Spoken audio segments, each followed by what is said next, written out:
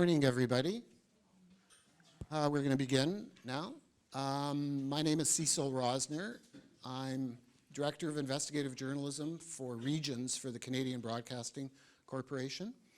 And this panel, I think, should be very interesting. I mean, broadly speaking, there's going to be different presentations on different topics. But broadly speaking, I think the theme that is going to come through is how to make the journalist's job easier. So there's going to be discussion of various tools that are designed to help us do our jobs. On the one hand, we're going to be talking about platforms for filing freedom of information requests and sharing of information, and then we're also going to be talking about tools for soliciting tips from whistleblowers and others who want to let us know about stories. We only have to see what's going on, I think, in Washington to know how important whistleblowers are these days. So that's what we're going to be talking about this morning. I want to introduce our panel, and then we'll call on each of them to speak, and then we'll have questions. We're going to reserve time, a fair bit of time for questions at the end. So sitting right beside me is Michael Morrissey. I mean, we're all muckrakers here, but I believe there's only one MuckRock. Am I right? He's the chief executive of MuckRock.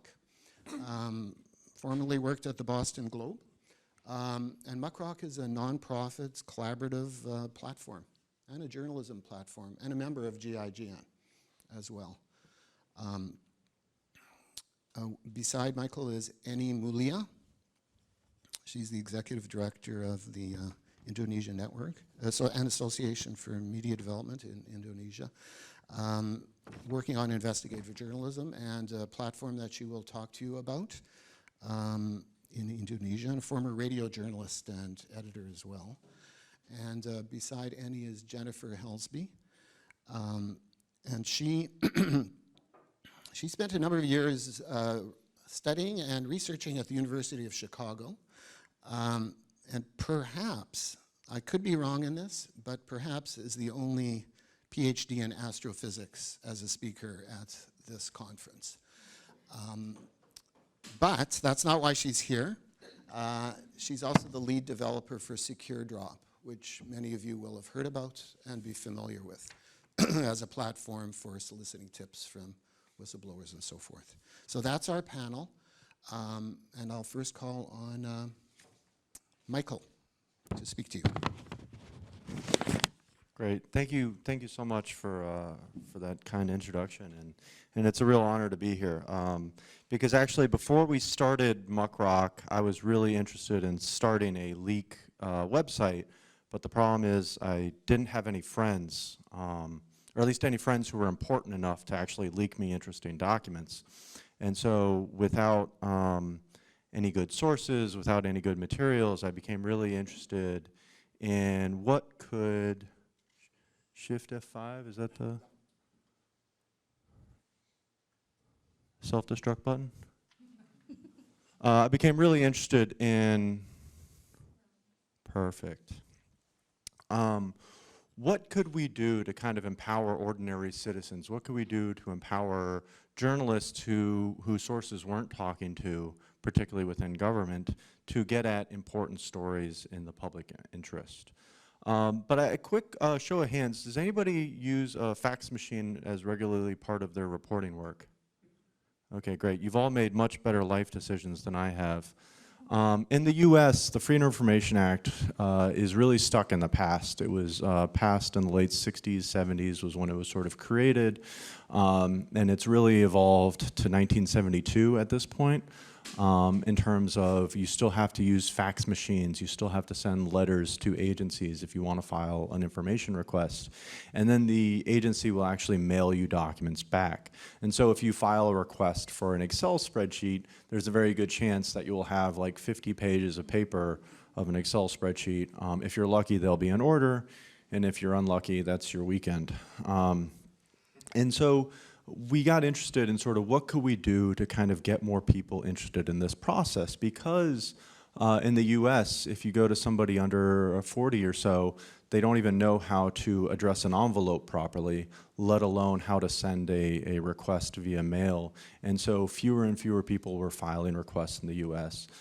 Schools were no longer teaching public records. You went into a lot of newsrooms when we started, and I would ask, how many people have filed a public records request this year? And usually one person in the back of the room would raise their hand. And it wasn't a commonplace thing. It was sort of seen as like a mystical dark art in journalism.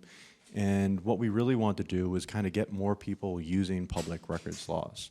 And so rather than just kind of going out and filing a lot of requests ourselves because I'm lazy, we decided to automate the process and build a machine that could file all these requests for us.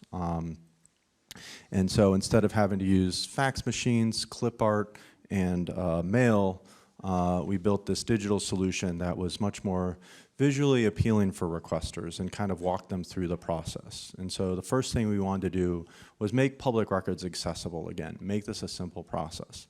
There was a wonderful court ruling in the UK not long ago, I believe, or long ago, I guess I've been doing this too long, 4 or 5 years ago, that found that a tweet was a valid public records request if it had a name. I don't know if that still stands, but that's the simplicity we wanted. People to sort of have an idea for what they wanted to request, and then to get that request out there to the right agency without having to worry, okay, how do I phrase this request? Without having to worry, do I have a stamp? Without having to worry, do I know what a stamp is?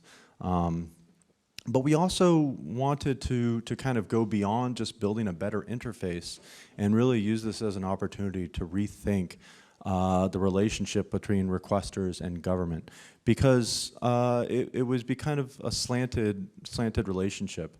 Who's actually filed a right to know or freedom of information request in your countries, right? Yeah. So by and large, who's had a huge team of lawyers to kind of help them out? All right, so some people. One of the things we found, though, was a lot of times when we talked with requesters, it was a very asymmetric battle, right? You'd have an individual reporter, an individual citizen asking for information, and they might be filing their first request or the 10th request, and the agency is processing their 1,000th request that year. And so there was a big asymmetry. And so what we wanted to do was help requesters better communicate with each other. And so one of the early design decisions we made was make all of those requests public from the start. And that really helped requesters kind of build off each other's work, because one of the most common questions we would get when we were doing talks and presentations was, wow, I didn't know I could ask the government for something and they have to give it to me. That's sort of a light bulb for people, right? It's a real mind-blowing thing, because usually it's the government telling us what to do, and here we have a chance to force the government to do something for us. What can I actually request? And so by encouraging our users to make the request public, people could learn from each other. We could build independent data about how well agencies were responding, and so it wasn't just requester versus agency's word, or just the agency. In the US, particularly under Obama, every year they'd be like, oh, Foia is working better than ever and ever. But the reality was that they were finding new ways to game the system. And so they said, oh, we closed out requests much quicker. And the way they did that was by saying, oh, this isn't actually a request because we didn't like the way it was worded, and playing games like that. And then we also wanted to look for ways to kind of turn bureaucracy against itself. One of the things that I've always been really interested in is sort of how can we sort of use the tools of government that are being used against transparency and flip them back on itself. I took 4 weeks of judo and I was very terrible at it, but I love that idea of kind of using the government's momentum back on itself. And then one of the other things we found was that we didn't want this to be reporter versus government, because the truth of the matter is, a lot of times if the story is those reporters fighting to release information from the government, the public's general reaction is, wow, I hope they both lose somehow, because in a lot of places journalism is not very popular, unfortunately. And so what we wanted to do was sort of turn this into a more communal activity, where it was not just the reporter fighting government, but all of the people fighting the government, the people's right to know versus the government, and sort of taking sort of just saying, this is not just one reporter, this is not one newsroom, this is not a selfish act, but this is your right to know that the government is pushing back against. And by making public records requests public as our platform, by helping ordinary people file requests as well as reporters, we got a broader coalition of people really interested in this. And so this model was fairly popular. As you can see, it sort of took a while to kind of catch on, but we've been really excited, sort of once people sort of saw that the impact that this could have, once people saw the opportunities to not just have an easier process, but to have a more public collaborative process, once people saw the ability to build off each other's work and share, it became much more effective and much more interesting for people to kind of work together and play around on this platform. And we've had a really wonderful community of users kind of come together. But one of the things, a lot of times when we first started explaining the concept of MuckRock, it's like, oh, we'll build a digital platform that'll help people file freedom of information. In exchange, we ask that people make their requests public. People were really confused. People said, why, we talked with a lot of lawyers, and all the lawyers said, that doesn't make any sense. Why would anybody want help with this? This is what lawyers are for. We're significantly cheaper than most lawyers, certainly most reputable lawyers. But we also wanted to kind of go beyond thinking about just digitizing old ways, and sort of thinking through how could we harness the power of the internet to build something that was more effective than previously how things were done. And so one of the things, as we saw the success of just kind of digitizing and opening up this process, we looked for what other parts of the reporting process could we open up based on public records. And so one of the things we've been really encouraging people to do is sort of, when a newsrooms are typically very secretive, and I think there's a lot of times very good reasons for that. I think sometimes you don't want to tip off a source, sometimes you don't want to get sued before you're ready to get sued, and sometimes you just need to kind of make sure things are right before you kind of go out. But I think there's a lot of stories that if reporters did the reporting out in the open, and if they told the public, hey, we're investigating school safety, or we're investigating water safety, and brought the public in the beginning and asked them to help out, explain what they were working on, we could build much more trust and engagement with our audiences. And so one thing that we've been doing recently is is sort of mixing public records requests with petitions, right? And so I've been really interested in the idea that as a journalist, a lot of times we just sort of say, hey, this is me asking for this information. But if we can go to the government and say thousands of people requested this, and thousands of people will be very upset if you don't release this information, that can be effective in terms of pushing agencies to realize that if they don't release that information, it's going to cause more trouble. Because really what I've found is that government usually, a government bureaucrat usually does whatever is going to cause them the least amount of pain, right? And usually internal forces are the stronger forces. If you are a freedom of information officer, usually you don't want to piss off your boss or the bureaucrat right above you. But the way that kind of flip that incentive is make it a bigger deal if they don't release something, make a bigger public outcry and let them know that there will be that bigger public outcry, then that changes their equation. And so we've done a number of things where we let people sort of add their name to a request for the full Mueller report. And it was something that our readers really appreciated and our users' readers really appreciated, being able to kind of feel like they were participating, being able to show their support for the release of this information. And what you're actually doing is getting your readers to become more involved and emotionally engaged with your news organization, right? Because if you have a reader sign on to a petition for the release of information that you're fighting for, and then the government tries to reprise against you, the government tries to push back against you, all of a sudden those readers say, hey, that government's not just attacking that journalist, that government is not just attacking that news organization, that government's attacking me. And so we're always looking for ways to kind of use public records as a launch point for more sort of investment from readers. And then following up on that, one of the things we also try to do is sort of figure out how can we build more institutional support for these laws. Because one of the things in the US for a long time, public records was a very niche sort of field, right? Reporters saw it as theirs, researchers saw it as theirs, historians saw it as theirs, but there wasn't really broad-based public understanding of all the good that freedom of information laws do for everybody. And so and this something drives me nuts, I see news articles that I know they got that information from public records, but then they say, we receive these documents from a source because it thinks to make it look cool, or it sounds hipper, or it doesn't sound as boring and pedestrian as using public records. And so what we're trying to do is make public records cool so that reporters kind of talk about how they use it, and so that the public really understands why this stuff matters, so that when politicians are like, oh, we need to keep this secret for national security, the public understands what's actually being given up there.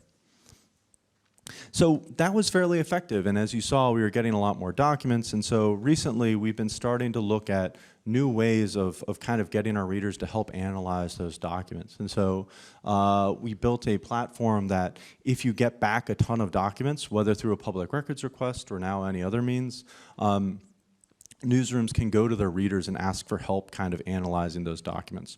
Or if you have a collaborative newsroom effort, you can bring together a bunch of reporters, and each reporter is shown one page at a time. They're asked to categorize that page and go through it. And again, this is a way of kind of getting readers, especially the most passionate readers, to feel invested in your work. Now, 50% of the time, I'm going to be honest, this doesn't necessarily lead to the most practically useful results. But if you've asked people to go through this information, if you've asked people to flag stuff that sounds suspicious to them, what they've done is they bought into your reporting. And then you can send them an update and say, hey, thanks so much for your help going through these documents. Here's our next story. And now they care more because they've put time, they've put energy, they are personally invested in it. And so that's been a really wonderful way to kind of get people from being passive readers to sort of active supporters, even if it's just by clicking through a few links into your organization. One of my mentors in this, I think put it really well in terms of also, is anybody worried about financial support for your organization? You don't actually have to raise your hand because it's a sensitive topic, but it's tough, right? We are financially challenged organizations right now. News media does not have enough money. Advertising has collapsed. Our insurance has gotten more expensive in the US. It's a very fraught industry right now.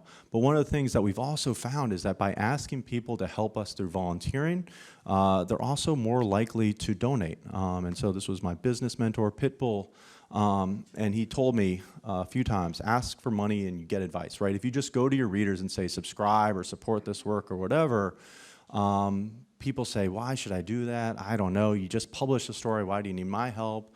Oh, you got George Soros funding you, you don't need my money. But then if you ask readers to get involved, if you ask them to participate, they're much more likely to actually support that work. And one of the things that leads to is sort of building this sort of what we call a virtuous cycle. I don't know who called it that, it wasn't me originally, but we've been trying to think through the reporting cycle in terms of you get an idea for a story, you ask for people's help, you report out that story, you ask for more help, you ask for advice, then you publish another update to that story and you ask people to share it, and you continue to grow your audience. Because too often in journalism, we tackle a really big story, we publish it, and then we move on to the next one. And we haven't kept the audience, we haven't kept them engaged. So finding a way to kind of cycle an audience from one beat to another is something we're really interested in. And I think public records can play a big part in that. And so far, that's been working really well. One of the things we've been doing is kind of building services that build on each other and trying to find new ways to get agencies, when they come up with a new roadblock, once again, turning that roadblock against itself. So for example, we had agencies starting to charge us very large fees and sort of say, hey, it's gonna be $5,000 if you want this information. I can't afford that, but we built a crowdfunding site, and then our readers got really excited and financially invested in our work, and they saw exactly where that money was going in a really exciting way. And so always be thinking, whether it's in public records or in other areas of your journalism, how do we kind of turn these negative incentives against themselves? So I think we got a little bit more, but, and then finally, tackling structural issues. All of this leads into sort of, as journalists, one of the things we always found was, like, if you want to know something to dig into, look at what the big scandal was 10, 15, 20 years ago. And if there was a big journalism that kind of exposed that issue, if it's been 10, 15, 20 years, it's probably a big issue again. And so what we need to do as a community is start doing a better job tackling structural issues, and that requires structural solutions. So I think these platforms, as serving as a long-term archive of information, a long-term archive accountability, can help with that approach. So, thank you very much. Thanks, Michael. I'd like to call on Annie now. Great, thank you. I have mine. So what do we do? Like this? One second.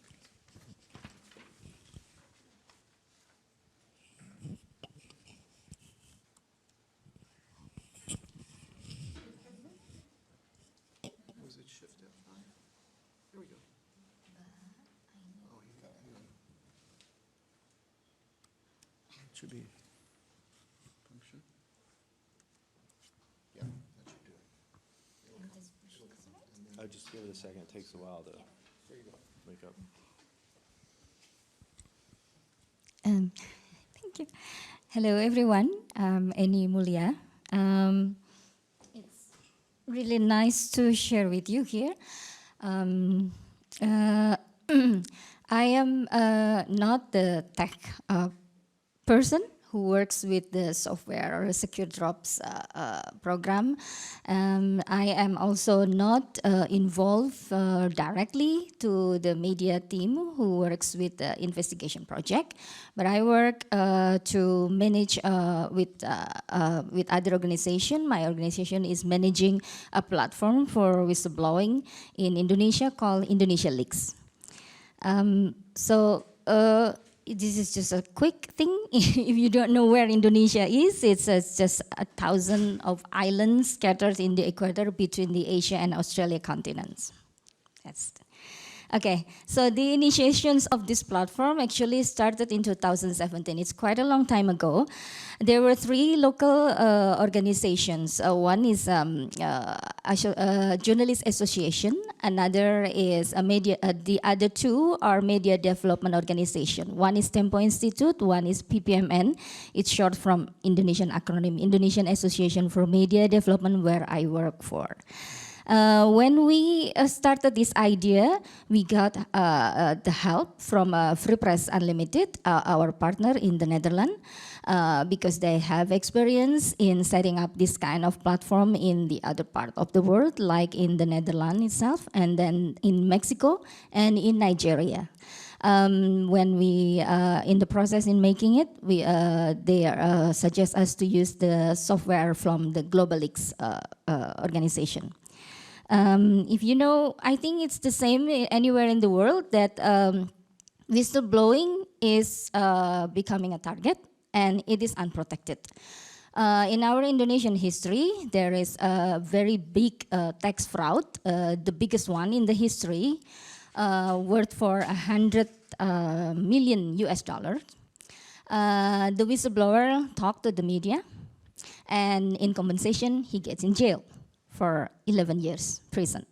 This is we could show how the whistleblower or whistleblowing, or when you have seen any wrongdoing in your office, in your neighborhood, or in anywhere related to the authority or to a company, and you talk to a media, you has no protection at all in our country. So yes, we set up the platform. I just want to give you a little bit the structure of the platform because it seems unique, maybe, because we are in 3 layers actually. There is the founder or the initiators of the 3 CSOs which were initiating this platform. And our role and function is we hold the responsibility of the platform works daily, but in managing it as and in the accountability to the public. So we are responsible if that we have to oversee that all the leaks, all the media team in this platform is following up the leaks that comes into the platform, and they're doing the investigation, and we do all the things also managing the collaborations between the media and the CSOs. And now we have 10 media together working in the platform. They are all in any types of media. We have online, print, TV, and radio. They're all private media and non-profit media organizations.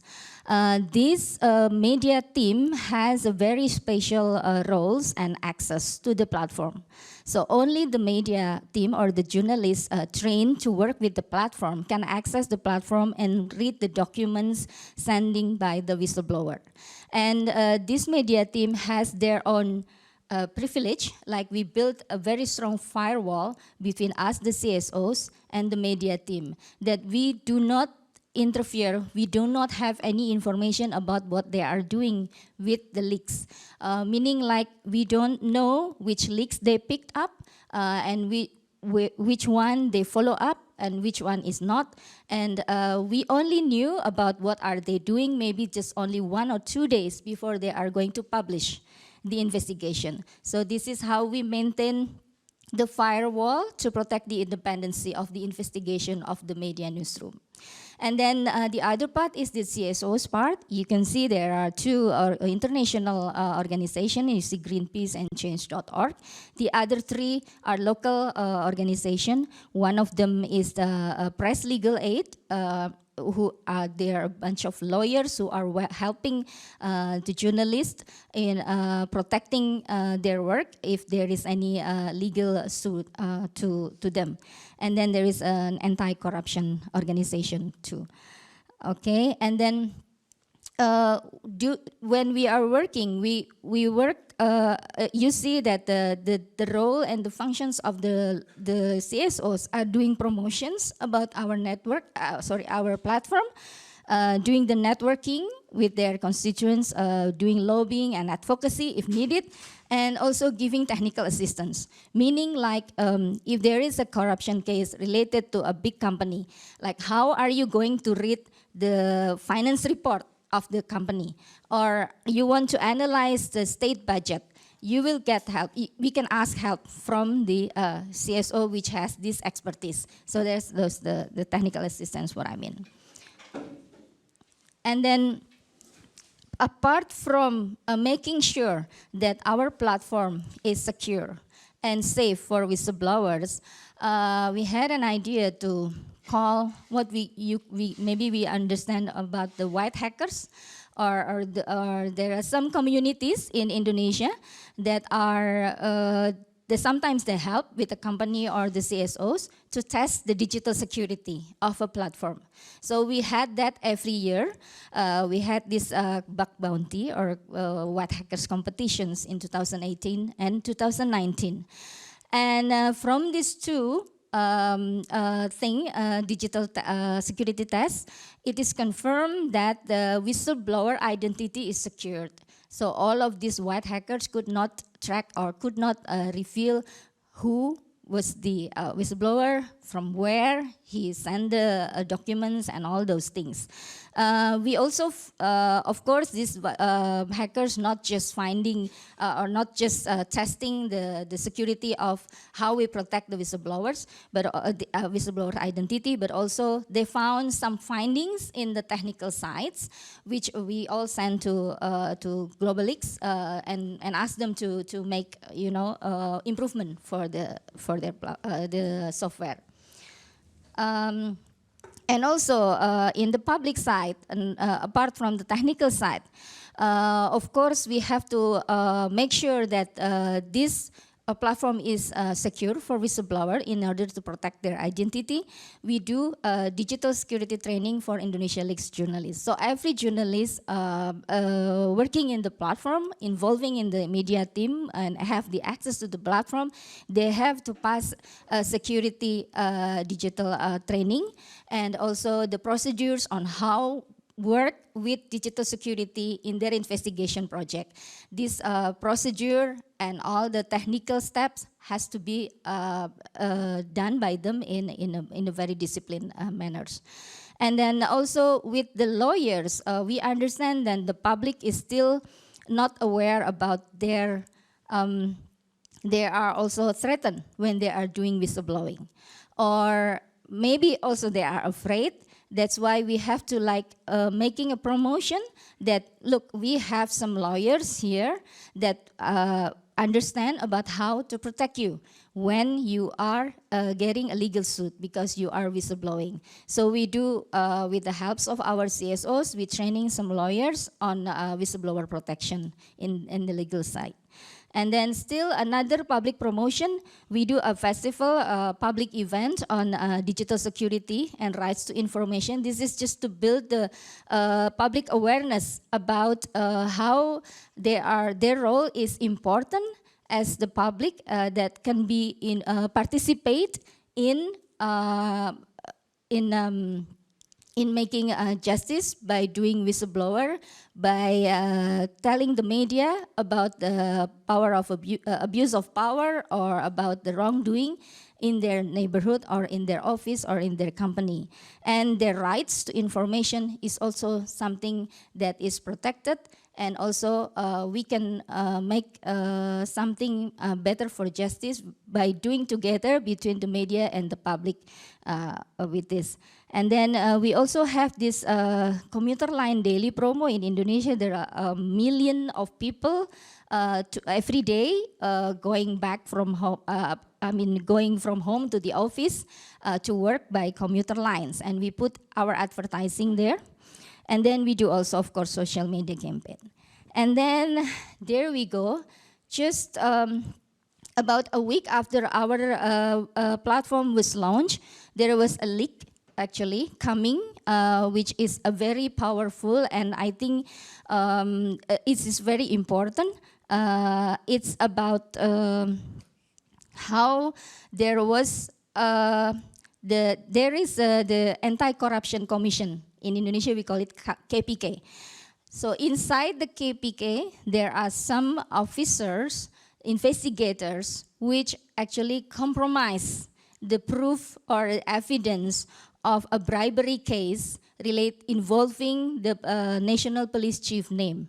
So they ripped off some of the pages of the Red Book case, of the Red Book, or actually it's a cash book with the red cover. So we call it Red Book case. So in these books, there are the log of so many names that receive money from a company, which means to be a bribery. So if there is the name of the national police chief, then they ripped it off. So who did that? It was some of the investigators inside the KPK body. So these documents were leaked to our platform, and then the media team following it up with an investigation project, and they publish it together. 5 media published these stories together at the same day on the 8th of October 2018. And it was our first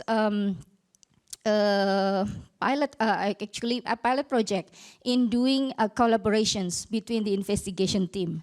The investigation team doing it in a methodology, they say it's a radical collaboration, meaning like they will share. So no matter who gets the data, who gets the information or the interview, they will share it with other media team.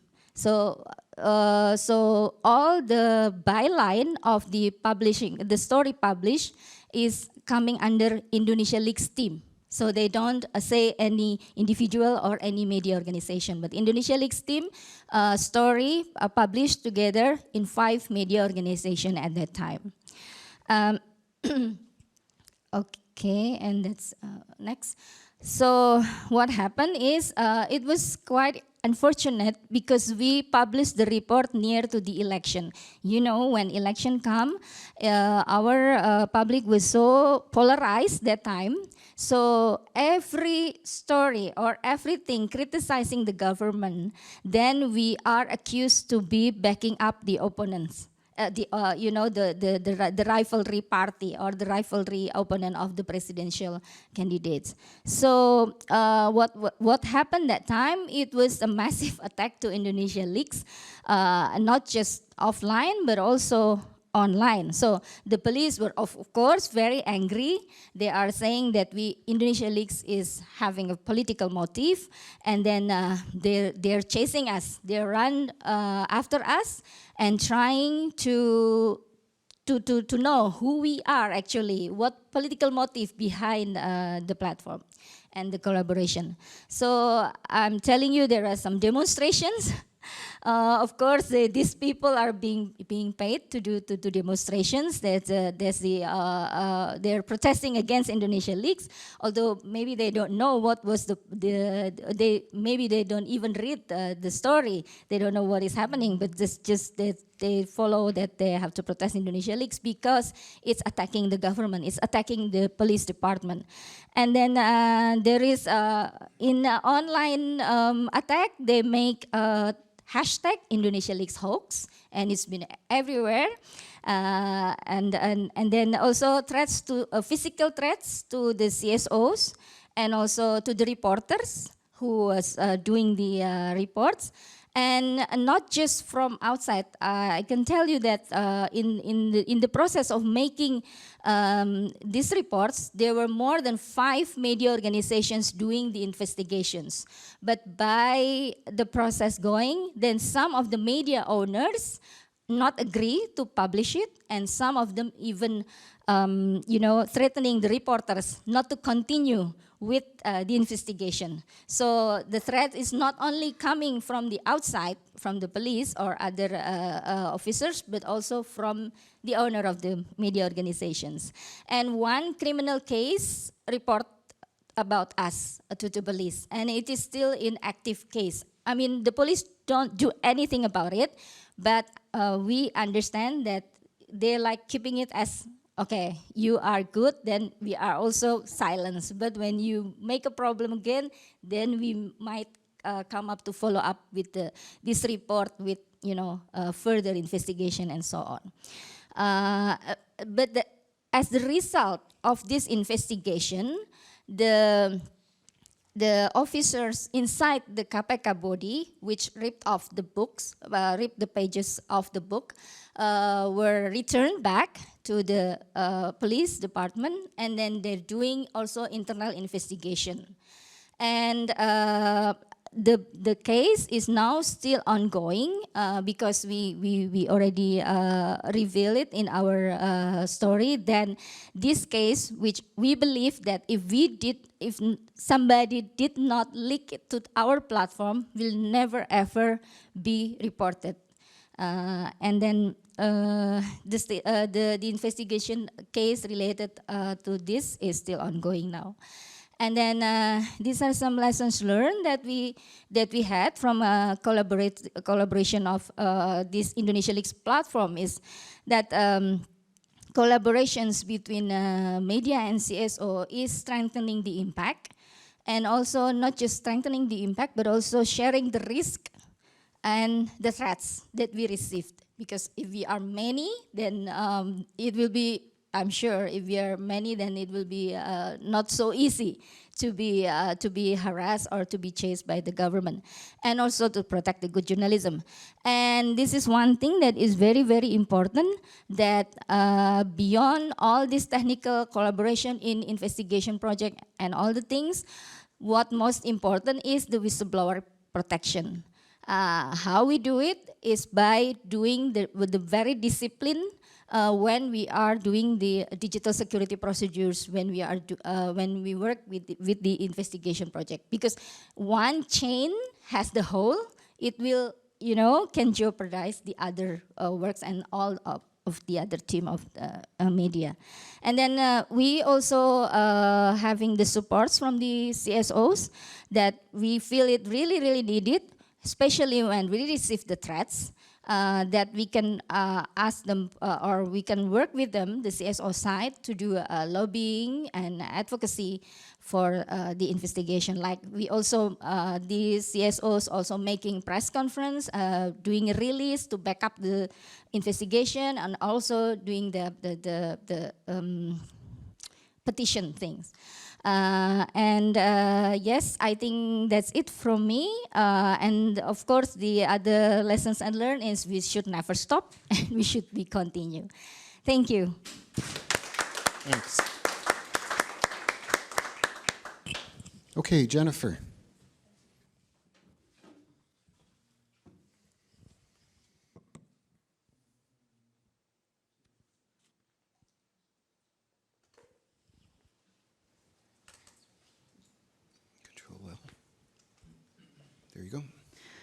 Hello.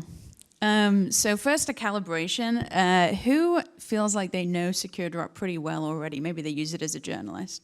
Okay, so we just got one person. Sweet. Who uses Tor frequently? A lot of people. Sweet. Okay. So today, first, I'm going to start off with a little story, which happened somewhat recently. So some of you might remember this story. On October 8th, 2016, the Washington Post published this leaked video, which was previously secret from Access Hollywood, which then presidential candidate Donald Trump was bragging about assaulting women. This was in 2005. The video was taken. And so this quickly became a huge story and almost, but did not, derail a campaign of then candidate Trump. So the next day on Twitter, I was interested to see this tweet from the reporter who broke that story, where David Farenthold was asked if there is a good way to get in contact with him for more reporting, and he said that the Washington Post has a secure Dropbox. He means SecureDrop. On the lower right, it works, I know. So that was pretty interesting. And we learned this month, this is a tweet from Eric Trump, Donald Trump's son. Apparently, Farenthold now includes a link to SecureDrop in every message that he sends to a potential source, which is like pretty cool to see. So in this brief talk, I'm going to talk about why news organizations like Washington Post are using SecureDrop, what is the problem that it's solving, and why, if you are interested in solving those same problems, you should also consider SecureDrop as well. So the problem that many people should be familiar with is that almost all communications nowadays are mediated by some third party, whether that be telephone records if you're calling sources on the phone, texting sources, email records if you're emailing with the source, messaging records like Facebook Messenger, Skype, pretty common tools that most people are using, but both the content of what you are saying and the metadata, who is talking to who, are captured by these platforms, and they're in a place that investigators can go to learn about source communications. A lot of people will say sometimes when I share this problem that, oh, well, I'm just going to meet my source in like a parking lot like Mark Felt and Bob Woodward did, but that can also be problematic depending on the adversary. You're worried about who wants to learn who you're talking to and what city you're in. So many cities now have like automatic license plate readers, ALPRs, that capture all of the cars as they drive by and the positions that they're at. There's also widespread CCTV, like if you're in the UK, that may or not be integrated with facial recognition systems. So even meeting a source physically can be problematic. Again, it depends on your adversary. So even if you're not concerned with like a state-level adversary that's going to be looking at all the CCTV cameras, there are many cases where sources are physically surveilled, like the Theranos whistleblower. That was, just a corporate adversary, but still there was physical surveillance. So this can still be problematic. So a challenging problem, and this is not a theoretical issue. There has been, at least in the US and in other countries I'm sure as well, in the US there's been a massive increase in the successful prosecution of sources. Under the Obama administration, they successfully prosecuted more sources as spies than all other US administrations combined to that point, and Trump is on pace to exceed even Obama's rate of prosecuting journalistic sources. They're claiming to do a threefold increase in leak investigations. So going back to the metadata issue, we know that from court documents that whistleblowers, so in the case of Jeffrey Sterling, who was, the claim is that he leaked information to James Risen. Risen refused to give up the identity of his source, and Jeffrey Sterling was successfully identified based on email metadata alone, and was then prosecuted successfully and went to prison. Again, just on the circumstantial evidence of he talked to James Risen at some point. So metadata is very problematic. So that's the problem that SecureDrop aims to solve. If you want to read more about how SecureDrop is used in news organizations beyond this talk, I'm happy to, of course, talk to you. There's this great report written by Charles Barrett, which talks about, I think he talked to maybe 15 or so news orgs that use SecureDrop, and included asking them questions like, is this worth it based on what you get? So that's a good resource. And he nicely describes the reason to use SecureDrop in this quote: it restores the effectiveness of a reporter's privilege to protect their sources through principled non-cooperation. If you refuse to identify your source, like James Risen, the source may still be identified because the government can make a court order to one of these third parties, get that data. There's often a gag associated with it. So as the news org, you might not even know that this is happening. So what does SecureDrop do to address this problem? So I should say that I'm an engineer. I make the SecureDrop software with a team of people. I don't run any SecureDrops or anything like that. So the way that we solve this is by removing those third parties from the source journalist communication. So every news organization will install SecureDrop in the news org. It's hosted on premises, so it might be either a data center or in some cases like in the general counsel's office.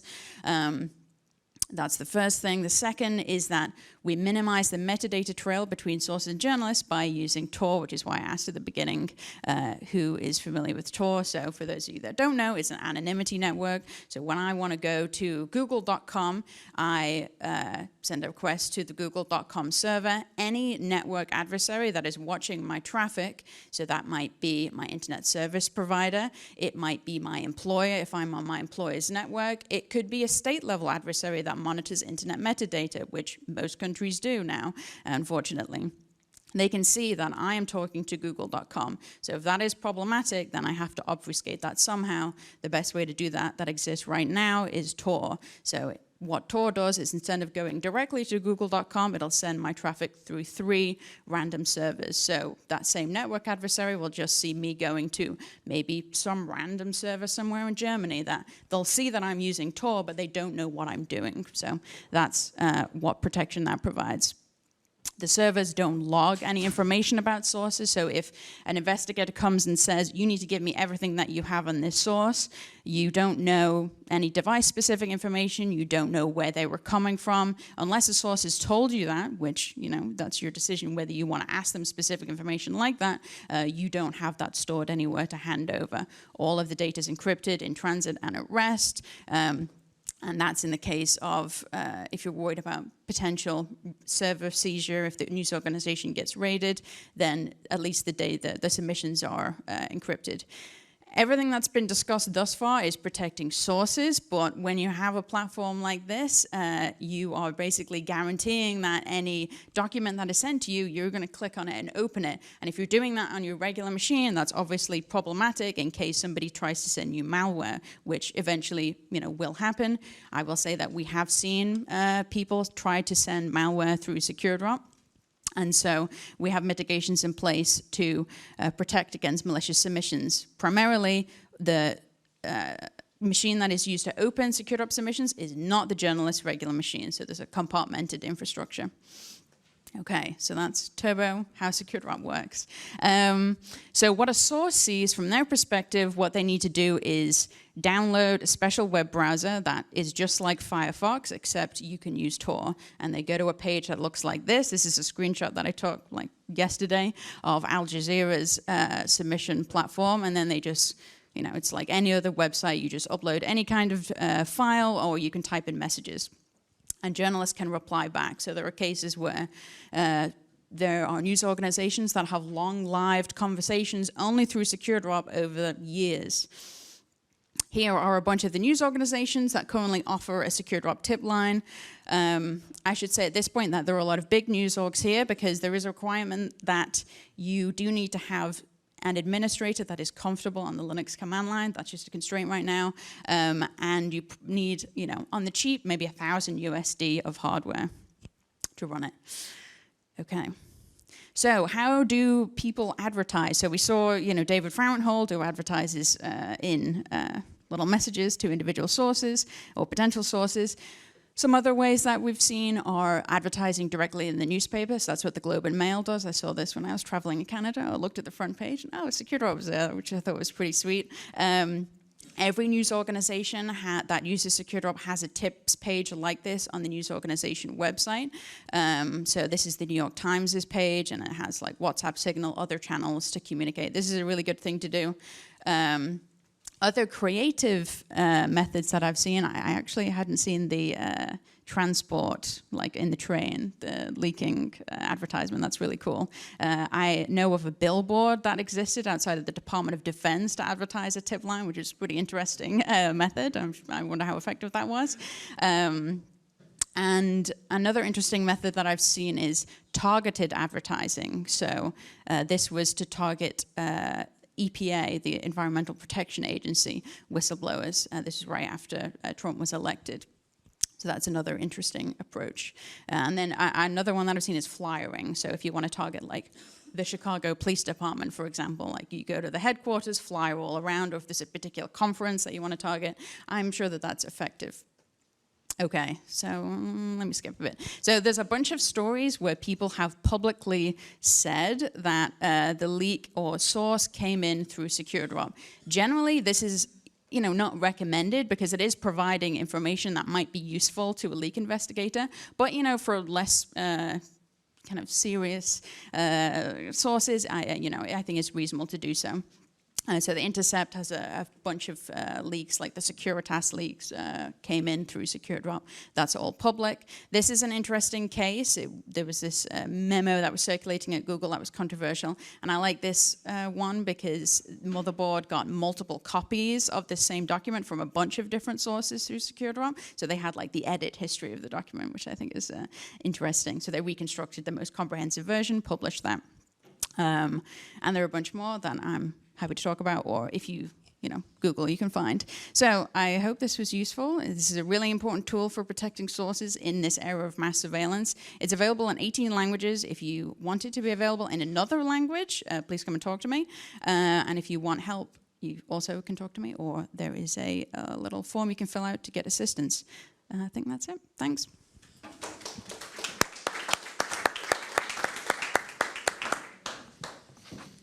Okay, thanks everybody. And we've got a good amount of time for questions now. So are there any questions? Go ahead. My question to Jennifer, that was really interesting, thank you. Andy Roll from the University of Bath. We investigate the tobacco industry, so we're always looking for good ways to talk to sources anonymously. Has anyone ever hacked SecureDrop? Has anyone ever hacked SecureDrop? No, I'm not aware of any successful compromise of a SecureDrop server. So kind of referencing some of the white hat hacking that has been done. We do operate a bug bounty program, so security researchers can try to find issues. No one has found any critical issue in SecureDrop. That's operated through BugCrowd and is ongoing. And then we get audits. So we hire a third-party firm that is a team of hackers that tries to find issues in the software. Vulnerabilities have been found, very few, and none of them have been successfully exploited as far as we know by outsiders. Question here? Yeah. Hello, my name is Nadia. I'm from Ukraine, and my question is about the FOIA requests, access to public information. Today is the International Day of Universal Access to Public Information, so it's the first year we celebrate this day, and I invite you to the meetup that will be at 2:30 near Interlink Academy banner. And I wanted to ask you about access to public information in new digital era is access to data, open data, and I am a leader of one of the movements in Ukraine regarding open data. Whether you use open data, open government data, open business data, civic data in your work, do you generate data, user-generated data, do you use it, and do you ask people to share the data they gather as through FOIA requests? For example, I also coordinate one initiative that developed the platform where people can request some information, and the answers are published as well on this platform, and people can use these answers as well for their work or whatever. So it's about the usage of open data, how data holders, like government data holders, whether they are okay with giving you data, also real-time data, for example, if you have access to this data via application programming interfaces, and how it is maybe, I know maybe somebody else can also answer, in your countries and some kind of trends in your countries. Thanks. Yeah, that's a really great question. So the open data movement in the U.S. kind of got big in the mid-2000s with the Obama administration.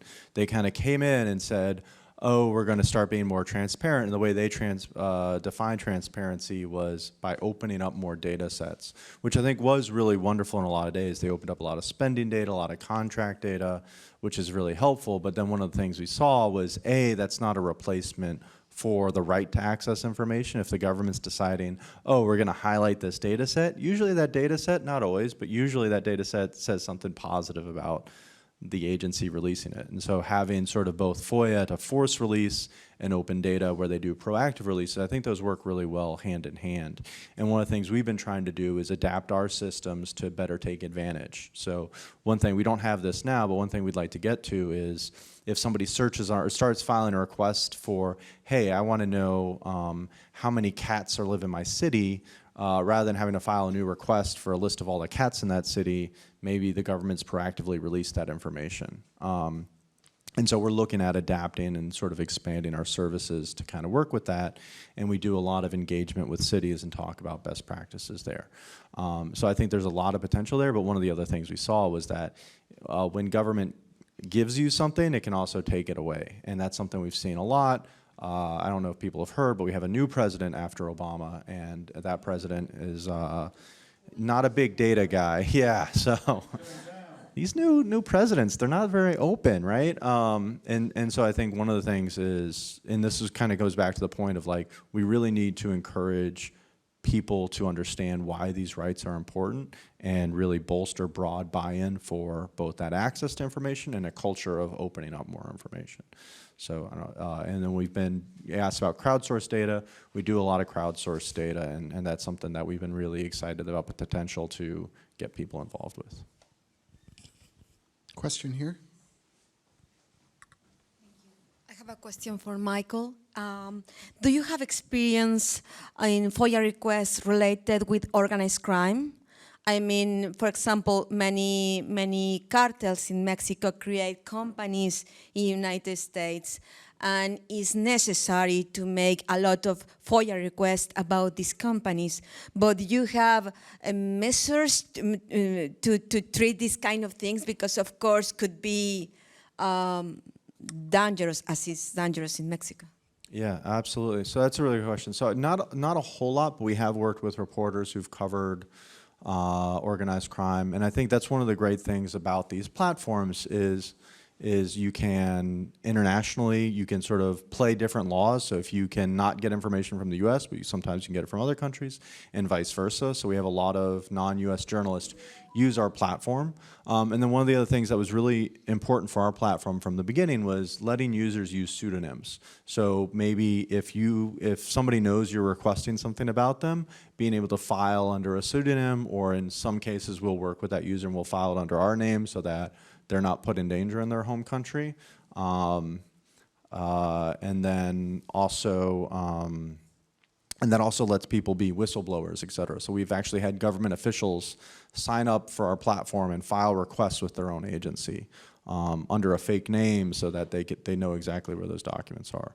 But I think you know, it comes down to patience and knowing what to ask for, and being able to interpret the documents. I think with organized crime, a lot of times those documents look very legitimate because that's what they're designed to, and knowing, oh, this is a company's a front for that person.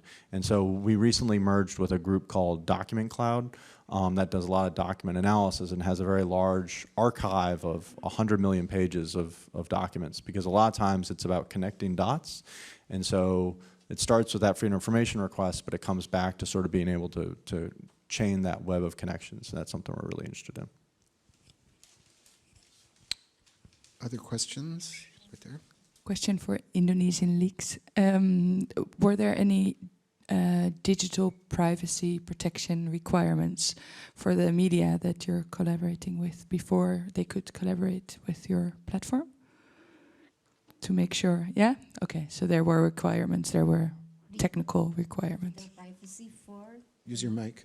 the digital privacy for the journalist. Oh.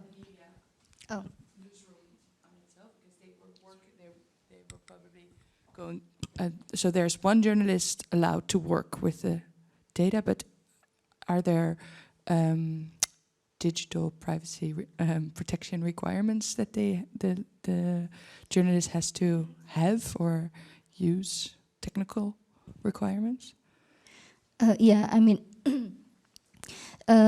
we do all the trainings package for every journalist, which sent by the media organization in the platform. And of course, inside the training that we give, it includes all the security measurement, related to how the not even just the digital related security for privacy or for the whole work, but also on how they are communicating with other colleagues in the newsroom. So, for example, the journalists assigned to work in the platform collaboration will only talk directly to the editor-in-chief, and no other colleague of reporters or other supervisors are in communications related to the investigation. But did this also meant that the newsroom had to change or add security in their newsroom? I mean, were they technically prepared for these kind of requirements? In the newsroom, yes, not the journalists that works assigned. for a newsroom, because yeah, we're not only at the beginning of this platform establishment.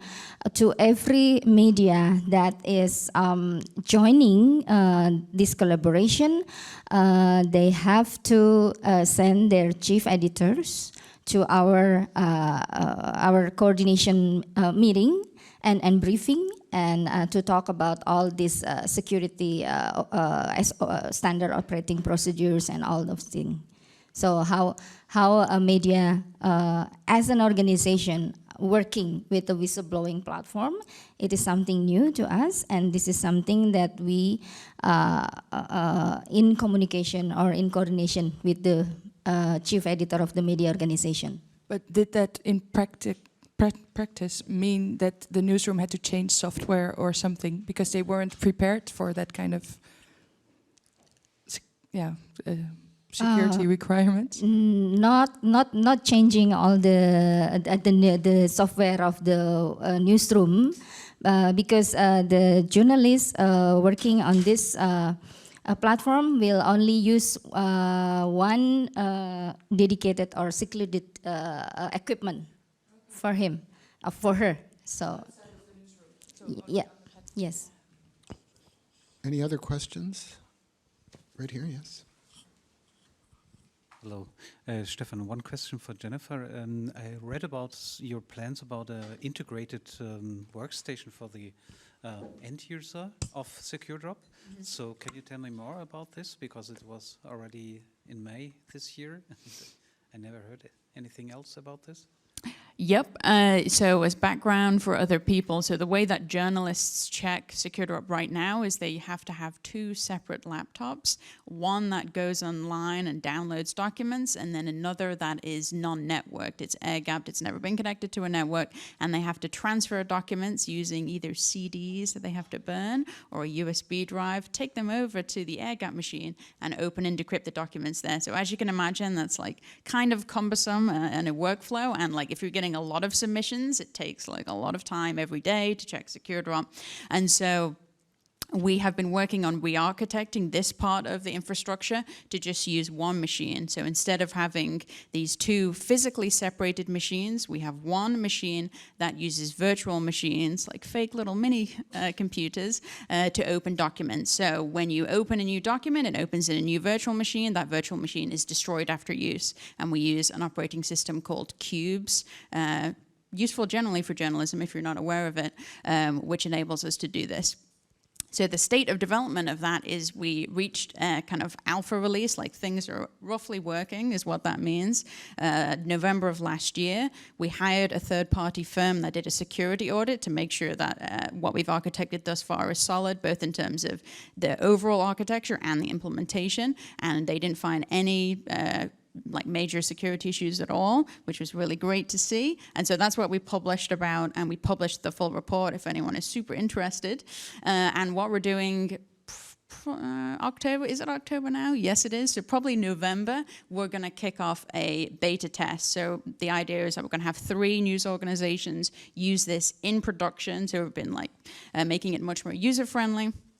And then we'll hopefully do a full-scale release like Q2 maybe of next year, so that everyone that's using SecureDrop can choose either to use this kind of 2-computer workflow, or they can use the integrated workstation. But it's already all public. So if there were a news organization that was really excited about using this integrated workstation, we could potentially include that news org in the beta test.